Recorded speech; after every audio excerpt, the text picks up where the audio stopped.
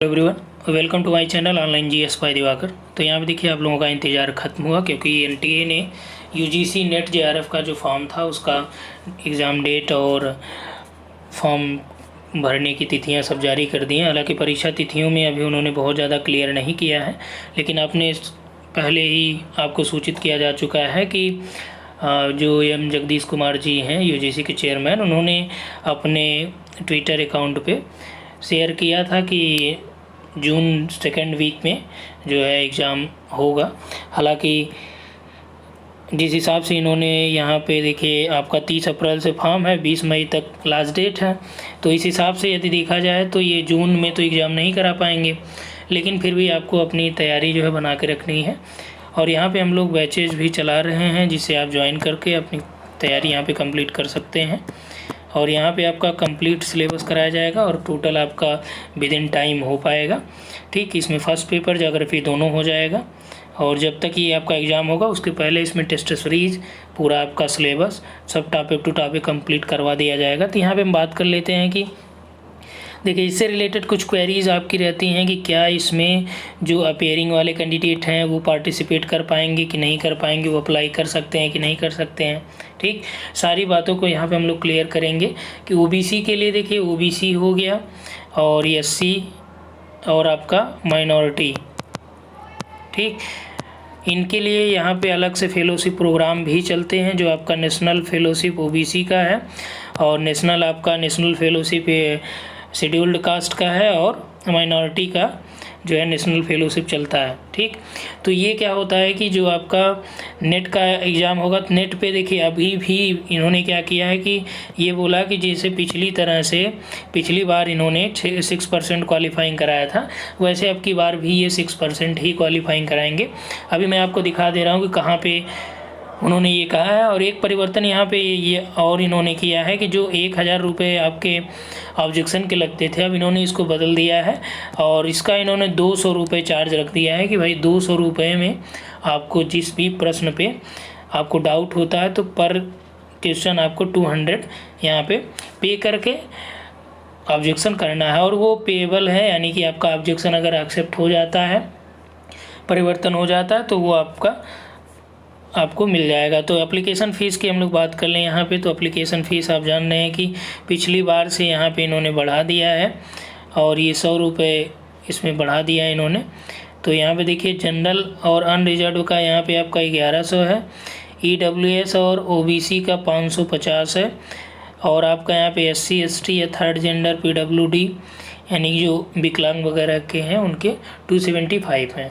ठीक, तो ये टोटल आपका हो गया कि एग्ज़ाम डेट की हम लोग बात करें तो एग्ज़ाम डेट देखिए यहाँ पे कि इन्होंने बाद में डिसाइड करने को बोला है कि और ये वेबसाइट पे आपको अवेलेबल हो पाएगा। ठीक, और यहाँ पे जो करेक्शन की हम लोग बात करें तो करेक्शन का भी इन्होंने दे रखा है कि करेक्शन आप यहाँ पे करवा सकते हैं 2 दिन के अंदर। यहाँ पे देखिए लिखा भी गया है ऊपर 21 से 23 मई, यानी कि आप 30 अप्रैल से फॉर्म भरेंगे, 20 मई तक फॉर्म भरेंगे, तो जल्दी से जल्दी आप फॉर्म फिल कर लीजिए क्योंकि बाद में साइट की प्रॉब्लम होती है या कहीं कुछ होता है कहीं कुछ। और अभी इसी वीडियो में ही हम आपको ये भी बता देते हैं कि फॉर्म आपको कैसे फिल करना है। और पासवर्ड वगैरह काफ़ी लोगों को जो खुद से फिल करते हैं उनको दिक्कत होती है, तो पासवर्ड कैसे बनाना वो भी मैं बता दूँगा। तो यहाँ देखिए फर्स्ट शिफ्ट का जो पेपर इन्होंने बोला है कि इतने में यानी फर्स्ट शिफ्ट वाला 9 से 12 और शाम वाला जो 3 से 6, ये आप यदि एक आध बार दिए होंगे तो आपको पता ही होगा। और दूसरी यहाँ पे जो महत्वपूर्ण चीज़ ये है कि इसके सिलेबस की हम लोग बात करें तो सिलेबस आपको कहाँ से मिलेगा, तो आप यूजीसी की जो वेबसाइट है वहाँ पे जाके देखेंगे तो वहाँ पे सिलेबस मिल जाएगा इस पर। ठीक, वहाँ पे अपडेटेड सिलेबस है और ये आप सिलेबस बहुत ज़्यादा ये नहीं है, आपका 2019 का जो सिलेबस बदला है वही वाला है, इसमें सिलेबस में कोई परिवर्तन नहीं किया गया है। और आप व्हाट्सअप कर सकते हैं यदि आपके पास सिलेबस ना हो या लिंक नहीं मिल रही हो या और कोई फॉर्म फिल करने से इशूज़ आ रहे हैं। ठीक, तो इस नंबर पे आप व्हाट्सअप करके संपर्क कर सकते हैं, कोशिश कीजिएगा व्हाट्सअप कीजिएगा। ठीक, तो ये संपूर्ण इसका नोटिफिकेशन का एनालिसिस था कि आपका किस तरह से इसमें इन्होंने क्वालिफाइंग क्राइटेरिया कितना किया, 6% किया, वो भी दिखाते हैं आपको। चलिए वहाँ पे आते हैं कौन से क्वेश्चन आपके लिए महत्वपूर्ण हैं। तो यहाँ पे देखिए कि जो कुछ आपके दिमाग में कुछ क्वेश्चन चल रहे होंगे वो कौन कौन से हैं। यहाँ पे यूजीसी ने भी एक इन्होंने पीडीएफ दे रखा है फ्रिक्वेंटली आस्क्ड क्वेश्चन का, उसमें आप यहाँ पे देख सकते हैं कि क्या क्या आपके मन में क्वेश्चन उठते हैं। जैसे कि आपका लास्ट डेट कब है फॉर्म फिल करने का, तो यहाँ पे इन्होंने दे रखा करेक्शन डेट क्या है, तो ये करेक्शन आप जो है 21 से 23 मई के बीच कर सकते हैं। ठीक, सिटीज़ का, तो सिटीज़ आप इसमें देख पाएंगे, चार कम से कम आपको अपने आसपास की सिटी मिल जाएंगी, 3-4 आपको भरने पड़ेंगे। यहाँ पे टाइमिंग आप देख सकते हैं। उसके बाद हम लोग आ जाते हैं सिलेबस पे, तो सिलेबस आप देखिए यूजीसी की ही वेबसाइट पे पा जाएंगे। और निगेटिव मार्किंग इसमें नहीं, ये भी याद रखिएगा, जबकि CSIR का जो फॉर्म होता है उसमें निगेटिव रहता है, लेकिन यूजीसी नेट JRF के फॉर्म में निगेटिव मार्किंग नहीं है।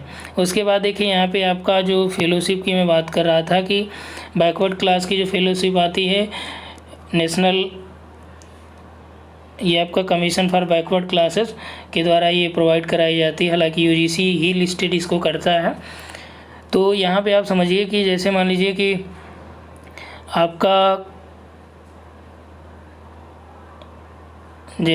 आपका जनरल में यानी सामान्य रूप से जो मार्क्स हैं वो JRF का मान लीजिए 60% गया, ठीक। तो OBC का जो नेशनल फेलोशिप का प्रोग्राम होगा NF OBC, तो इसमें ये लगभग मान चलिए कि 1 से या 0.5 में यदि आपका JRF रुक रहा है, तो अलग अलग कैटेगरी में, चाहे आप SC कैटेगरी हों या फिर माइनॉरिटी के हों या OBC के हों, तो आप इस फेलोशिप में सेलेक्ट होंगे। और जितनी फेलोशिप JRF को मिलती है यानी जूनियर रिसर्च फेलोशिप, उतनी फेलोशिप आपको यहाँ पे मिलेगी। और नेट पे भी आपको फेलोशिप मिलती है जो सेंट्रल यूनिवर्सिटी हैं, जब वहाँ पे आप PhD करेंगे तब भी वहाँ पे आपको नेट पे भी फेलोशिप मिलेगी। हालांकि कुछ स्टेट यूनिवर्सिटियाँ भी दे रही हैं, जैसे आपका कानपुर यूनिवर्सिटी है, ये भी आपका 10,000 पर मंथ जो है फेलोशिप का प्रोग्राम इन्होंने रखा है कि अब यूजीसी जो क्वालिफाई हैं यानी यूजीसी नेट पास को भी इन्होंने देना चालू किया है। अभी आपकी PhD की सीटें यहाँ पे काफ़ी ठीक ठाक सीटें, आई थिंक 70 के आसपास सीटें यहाँ पे आई हैं। और यहाँ पे देखिए इन्होंने ये कर रखा है कि UGC NET will be conduct in 82 subject, Hindu studies has been added first time, यानी पहली बार जो इसमें हिंदू अध्ययन को शामिल किया गया है। कोड नंबर यहाँ पे दिया गया है। फ़ीस की चर्चा हो ही चुकी है पहले ही, ठीक। और यहाँ पे हम लोग बात कर लेते हैं जो क्वालिफाइंग क्राइटेरिया का है। तो यहाँ पे आप देखिए कि what is the criteria for declaration of result. तो as per the UGC policy 6% of those candidate who appear in the both papers and obtain minimum qualifying marks in aggregate of both paper. तो minimum qualifying यानी कि लगभग 40% marks जो है आपको ये पाने होते हैं। ये कंबाइंड पेपर की होता है, यानी बोथ पेपर में आपको, यानी दोनों मिला के, ठीक। और इसमें 6% क्वालिफाइंग होता है नेट के लिए। और यहाँ पे देखिए लिखा भी गया है कि the slot JRF and both UGC NET December 2021 और June 2022 cycle have been merged while the methodology for subject wise cum category wise allocation of JRF will be remain unchanged, यानी कि जैसा उन्होंने पहले कर रखा है वैसे ही सेम है। तो यानी कि एक बार आपने इनको मौका दे दिया तो अब ये लगातार उसी पे ही बने बनाए हैं, क्योंकि इसमें देखिए 2 साइकिल को मर्ज किया गया है, तो जाहिर सी बात है कि आपको ये 12% का रिजल्ट इनको देना है। लेकिन इन्होंने क्या कर रखा है कि भाई 6% नेट का देंगे ही, ठीक।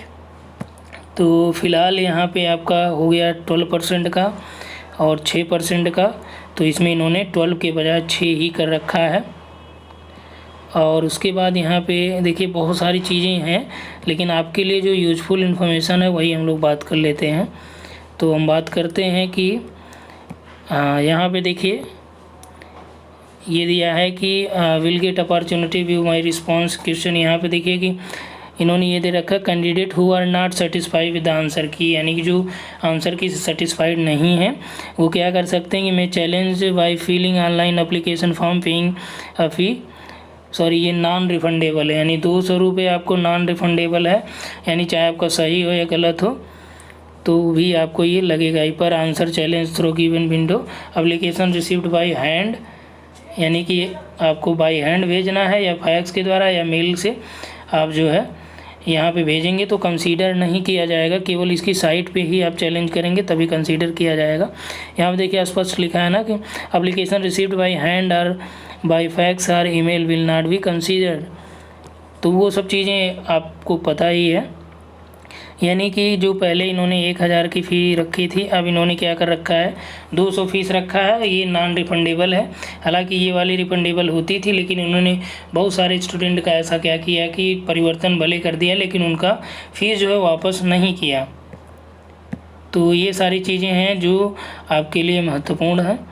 और यहाँ पे देखिए डिजी लॉकर या, तो ये आपके लिए बहुत ज़्यादा महत्वपूर्ण इन्फॉर्मेशन नहीं है। तो जो ज़्यादा ज़रूरी चीज़ें थी ये आपका ये था कि जल्दी से जल्दी कोशिश ये करिए कि फॉर्म आप फिल कर लीजिए। और जो रणनीति आपको ये बनानी है यूजीसी के लिए कि सबसे पहले आपको सिलेबस डाउनलोड कर लेना है, ठीक। और इसमें दोनों पेपर का, फर्स्ट और सेकंड दोनों, चाहे आप किसी भी सब्जेक्ट का हो। उसके बाद आप क्या करिए कि हर एक यूनिट वाइज आप उस सिलेबस को खुद से नोट डाउन करिए। ऐसा नहीं कि मोबाइल में डाउनलोड करके रख लीजिए, खुद से नोट डाउन करके उसके बाद ये करिए कि जो यूजीसी का प्रीवियस ईयर है, ठीक, प्रीवियस ईयर को उठाइए और हर एक यूनिट में ये समझिए कौन सा किस यूनिट से है। और अभी देखिए यदि आप प्रॉपर तरीके से यहाँ पे कंप्लीट सिलेबस नहीं पढ़ पाए हों तो इस पर आप व्हाट्सअप कर सकते हैं, यहाँ आपको कंप्लीट सिलेबस उपलब्ध करा दिया जाएगा। और इस पर आपको theory, video, PDF, test series भी यहाँ पे अवेलेबल है।